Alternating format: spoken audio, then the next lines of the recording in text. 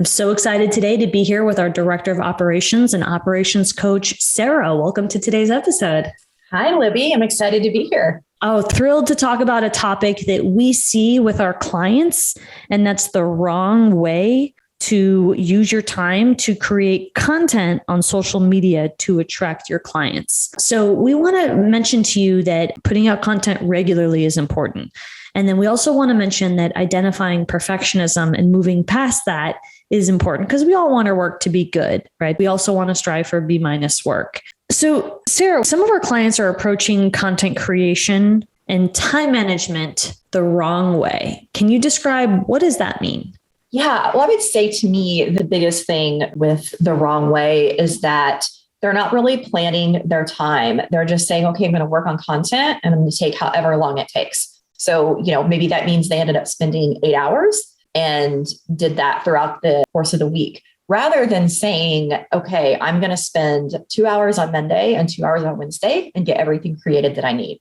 So that's what I mean by they're just saying they're going to create it and let it take however much time. And then because they didn't plan ahead, they either end up getting overwhelmed or, working more than they wanted. We see that a lot. And that's why planning out your schedule is so important. And that's the foundation. It's one of the first things that we teach in the Dietitian Boss Method. Now, we're not saying you have to plan out every second of your day, right? Because most dietitians are planner types. But even if you happen to be the minority of those that aren't big planners, getting a light amount of structure in your week is going to help you achieve goals. And then to Sarah's point, coming up with structure that makes sense. And then finally, I think what hasn't been mentioned yet is letting go of perfectionism, because a lot of our clients that are putting out content or they're creating content for as long as they feel it takes, they're actually struggling with perfectionism and they're really focusing on tactical issues with font and worrying about things that don't matter as much as the messaging.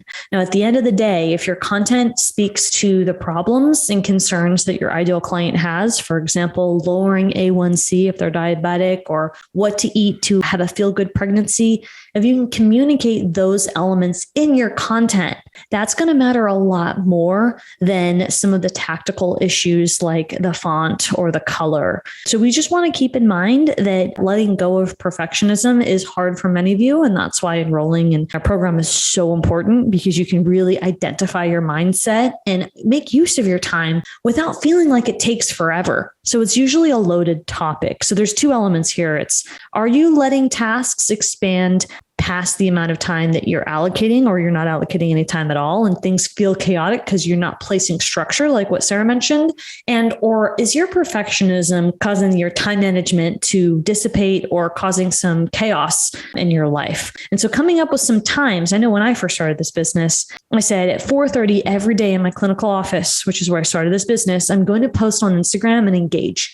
And I spent that time posting every day on Monday through Friday, and then spending about 10, 20 minutes finding other dietitians and building meaningful relationships with them. And those dietitians became my clients. They became fans. They became people who looked up to the work I was doing, and we built genuine connections. And that's a great way for you to start as well. And again, 4:30 worked for me. Maybe there's a different time you could do, every day for half an hour, or you could do twice a week for 30 minutes. But finding time to use that time and to make sure when that clock goes off that you move on is a business skill that will help you in creating and operating your private practice, no matter what level you're at. That we see this at all levels. Anything else you want to add to that? Yeah, this actually just makes me think of one of our clients that I recently had a one-on-one call with, and she was struggling with this exact thing. She was trying to get, all of her to-dos planned into the time that she had set aside, and she just wasn't able to make it work. And so on our call, she had started with first just making a list of what else she wanted to get done in the week.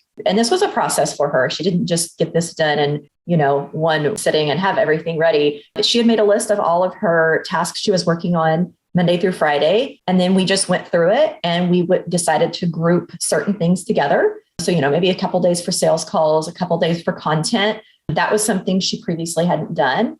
And she actually said it felt a lot better grouping those things together, and rather than just trying to do everything, every day of the week.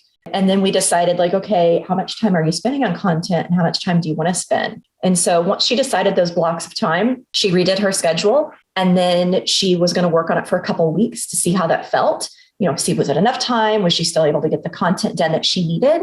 And then after those couple of weeks, look at that schedule again and make tweaks, see what she needed to move around. So it was very simple. We just incorporated a couple things and it helped her to feel really focused, like she was, forward to get done what she needed, but yet not losing so much time or letting perfection get in the way.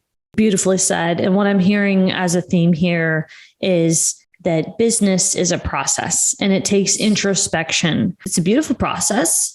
And it's part of the process. You're marking some time, you're contributing towards your business, and then you're evaluating that. And a lot of us forget that last piece, the evaluation process, which is a big part of the Dietitian Boss Method, especially with content. We have a whole process to help you evaluate, focus on your metrics, recreate content that's performing well to save you time and energy.